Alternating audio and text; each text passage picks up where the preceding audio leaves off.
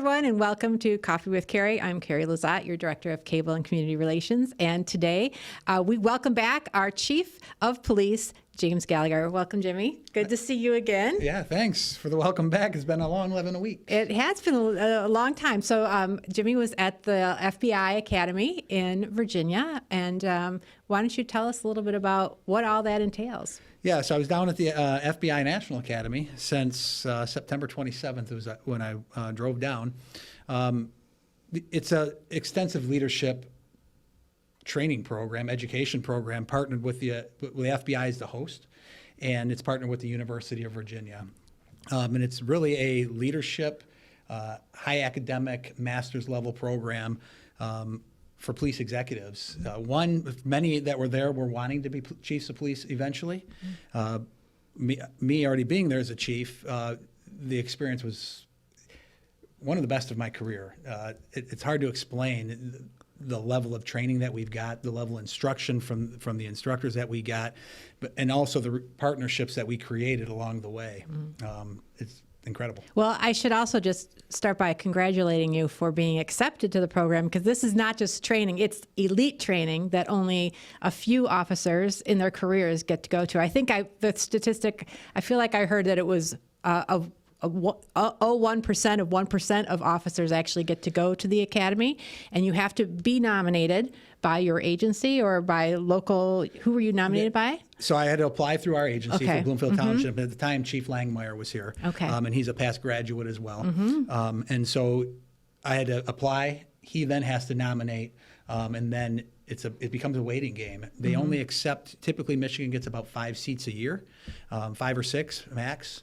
And that's throughout the whole entire state. And many of your large agencies automatically get a bid. Sometimes Detroit will automatically get a bid, Michigan State Police. So we're fighting for spots here. And then the local office then gets your name, and the local Oakland County FBI office, grabs all the names of the people, and they select based on a lot of criteria, but they select. And some of it is who's not gone recently. Our last person that went was Captain Dan Edwards in 2015. So it'd been 9 years. So and I had been waiting 3. Let me ask you. So, like the Michigan people, who were there from Michigan? We had Chief Nicole Ford from Midland Police Department, First Lieutenant Scott Ernestus from Michigan State Police Paw Paw Post. Here in Oakland County, Captain Jen Miles went, so that was nice. I've known Jen a long time in the career. And then Deputy Chief Pat McGuire from Ann Arbor Police Department were the ones going. So was it like a Michigan clique when you were at you guys sat at your own lunch table, or do you guys, how does that work? Like, how do you start intermingling, and what are the, I want to know, what are the, the breakout, the games that they play? What kind of games are you guys playing to get to know each other? We didn't really play any games. Every class when we got there, there was an introduction. And again, you're talking about police executives, and so many of us, I think you're probably looking at anywhere from 15 years of service up to 31, 32 years of service. So they have to kind of relate to what we do. It starts off kind of that way, your comfort zone, right? But it's like going back to school with, I think the youngest person there was 29, and the oldest was probably around 53 to 58. I can't remember exactly, but we live in dorm rooms.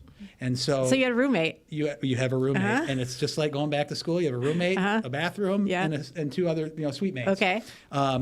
And so you really create that bond. And I had a great roommate, Sean Anderson. He's from North Branford, Connecticut, Police Department, and we got along great. It would be a long 11 weeks if you didn't get along with your roommate. Sure. But that's really where the bonding and the friendships start generating, and it kind of just happens. I can honestly say I talked a lot to the Michigan people, but I didn't hang out with them every single day. You kind of branch off into all the different people. Now, you have to understand there was 257 of us in our class, so we were session 292. We represented 26 countries, 27 countries, 48 states, and Guam. And so 8 military functions. It was an array of people, a very diverse group of people that again, the stories that we heard and the training and the partnerships are worldwide, and they'll be everlasting. I'm sure. So tell me, like, what was a typical day like? What time did you wake up, and what time did your head hit the pillow? Yeah, it was it was just like going back to college. So we went by block. So your first hour would be like A block. So like on a Monday, you would have A block, B block, C block, and then a rotating D, E, or F. On Tuesday, you would have D, E, and F, a rotating A, B, and C, depending on, they called them ACE blocks. And those would just rotate all the time. So we started class at 7:30, and we ended at 4:20 every day. I was B block for physical fitness, which is it's probably the largest proponent of the National Academy. You have to qualify to go by running a mile under a 10-minute for males, 11:30 for females. And once you're there, you're kind of broken up into your physical training section. So again, I was B block, so my homeroom was B. And Monday through Friday, you're going to classes, and they're college level courses. Again, it's partnered with the University of Virginia.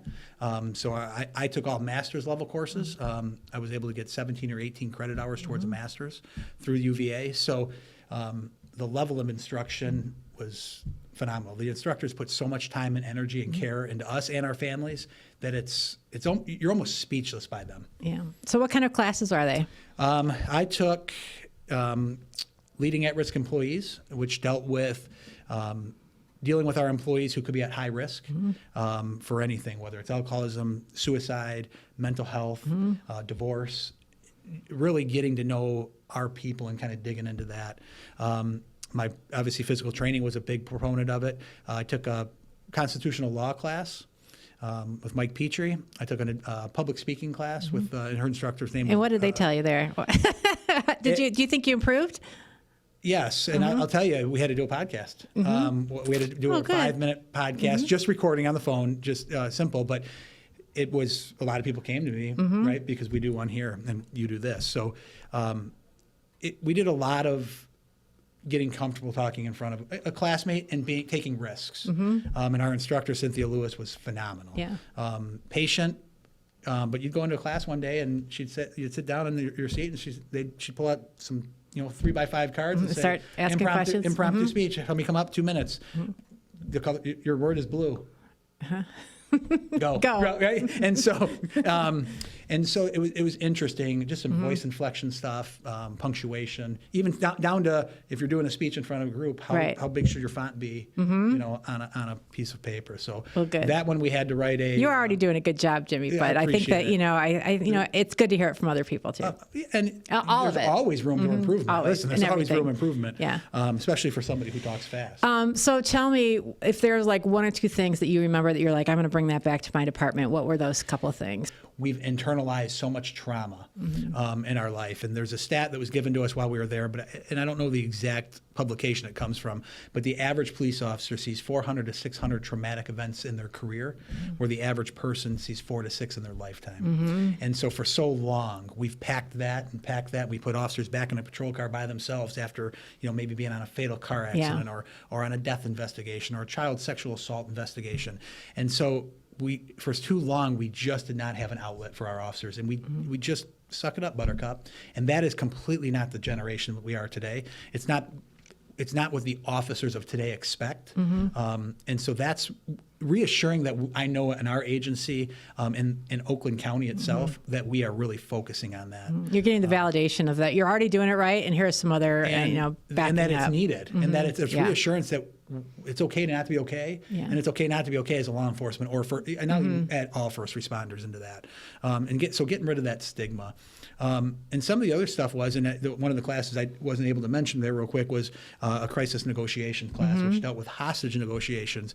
But the instructor was so calculated on focusing on us as individuals, and they all were. So I don't want to, but Vince Delfonso was his name. He was one of the lead FBI hostage negotiators through the FBI. Did major cases like the Boston Marathon bombing. He was a coach to the actual negotiator then. But bringing that information back and how we can tie it in every day to critical incidents that we see here. but also the stories, just the personal stories of the people. You know, I brought a yellow brick. Yeah, tell us about the brick. I will in tell a minute, but okay. the yellow brick is so important to the National Academy. It's kind of the tradition of the National Academy. I'll talk about it in a minute. And this is a big, the brick, you'll see it a lot when you see Chiefs on TV or whatever in the background. It's kind of like the trophy of going. Yeah. But the stories that you hear are what you bring back, right? I bring back a brick, but the stories that I heard from the people and their experiences of being involved in active shooters, being in national news active shooters, right? And the guys carrying people out of places that you saw on TV are sitting next to you. And you're just the same person, you know? And so those are the things I'll bring back that will never be able to be taken away. And so the yellow brick. To go to the National Academy, you have to run a mile. I said that. Can I see it? Hold it, yeah. And so every Wednesday, there was no classes. Every Wednesday, there was some kind of seminar or public speaker that would come in. And what we would do in the morning, we would do fitness challenges, all of us, all 257 of us, and the instructors would get together. And some of the most powerful things you could see is the encouragement we provide each other, right? I'm not a strong runner, but I'm a strong runner in a group of 257 people. Yeah. And nobody cares that you're not a strong runner, because on the first mile day, when people were done running their mile, they went back out, and the slow people, they were running right alongside of. And so every Wednesday there was a new fitness challenge, but the last week we do a 6-mile obstacle course. Okay. And that's where you get your yellow brick. If you qualify, and you have to run a mile under 10 minutes, if you qualify, you get to do yellow brick, and you're on the Marine Corps base in Quantico. And so you're for 2 miles, you're in the woods doing just nothing but rock climbing and obstacles everywhere. And then you do like a 4-mile run on the way back. So, and when you're done, you get the yellow brick, and that's kind of the end of the week. So are you going to start training now more and do more of these fitness runs? I'm not a runner. But what I will tell you is the way that the physical fitness there is designed is to thrive at 75 is kind of their thing, right? And so it's functional fitness for people they know that are sitting behind desks a lot. Yeah. We're not guys running on the road anymore, right? Right. And so they really develop a program, and I will bring that back and absolutely stay committed to that, because that was what I needed. And I even brought back the discs of all the workouts so we can put them on TVs in our gym. And different gym equipment we were going to buy. So okay, and so 17 credits. So that means that you're more than halfway to getting a master's degree. So where is that, Eastern, or where do you go? It'll go through the University of Virginia. Okay, all right. I have 5 classes to take, and I've already applied. A little bit more, but once you get it done, it's like any education; you can't take it away. So. Yeah, and it's something that I've always considered, but it never really pushed myself to do, and now it's a no-brainer now. And the University of Virginia is such, it's a great school. Sure. So to have a master's from there eventually will be great. Excellent. Well, awesome. Congratulations. So let's talk a little bit what's been going on here in the township as far as, it's the holiday time, and people like to start going to parties, and there's a lot of drinking and having good time.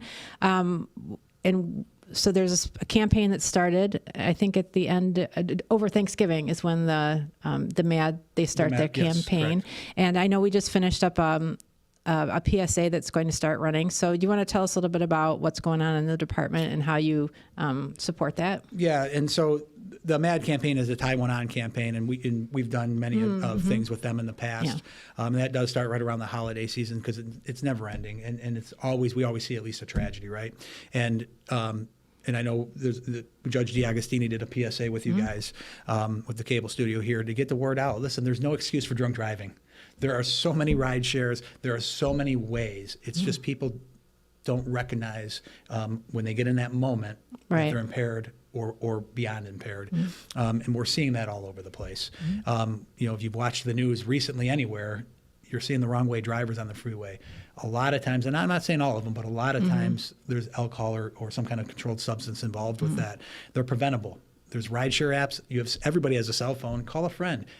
I don't care if you're in the township. Call us. Yeah. If we can prevent somebody from getting injured and hurt in a situation that we know is preventable, we'll do it. And we see it. We see it every year around this time, that we have a tragedy somewhere locally that involves alcohol and drunk driving. Okay. All right. So why don't we just take a quick break, and we'll take a look at that PSA.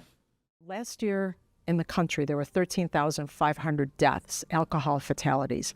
In Michigan, we were at 297. That's just too many.